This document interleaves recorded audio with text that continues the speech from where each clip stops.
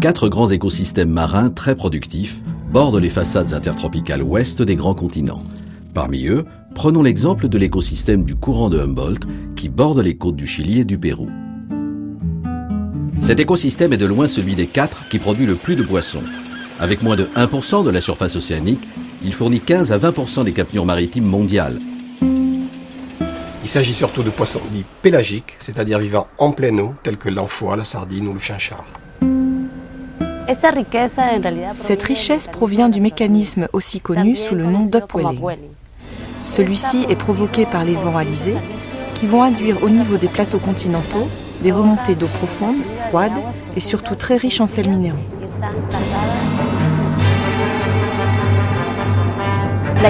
L'arrivée de ces sels nutritifs dans la couche de surface de l'océan éclairée par le soleil a le même effet fertilisant que l'épandage d'engrais dans un jardin.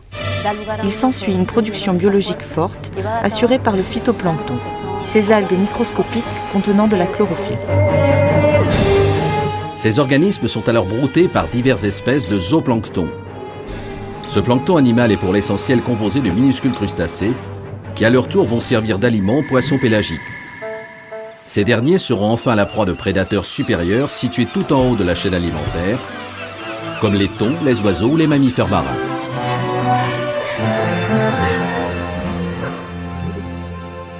Ce schéma donne la représentation classique d'une chaîne alimentaire linéaire. Cependant, la réalité marine est bien plus complexe.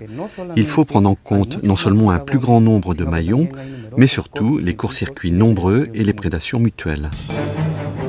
Dans le milieu marin, c'est avant tout la taille qui structure la prédation.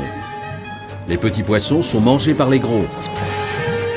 Or, lorsque ces derniers sont encore au stade d'œuf, de larve ou d'alevin, ils peuvent être dévorés par les petits. On parle alors de réseau trophique. Aux échelons intermédiaires de ce réseau, on trouve un nombre d'espèces limitées telles que l'anchois et la sardine.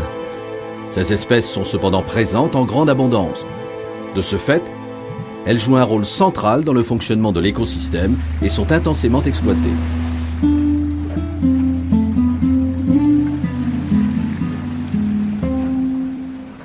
Dans son état naturel, ce réseau est soumis à des fluctuations d'une année à l'autre, avec en particulier le phénomène El Niño et à des changements à échelle décennale.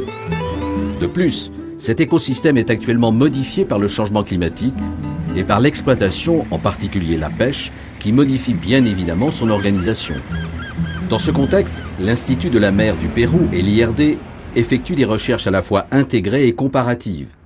Intégrées car on prend en compte le climat, la dynamique de l'océan, la dynamique des organismes et l'effet de la pêche. Comparatif car pour mieux comprendre le fonctionnement des écosystèmes d'upwelling, on applique les mêmes méthodes dans les différents écosystèmes.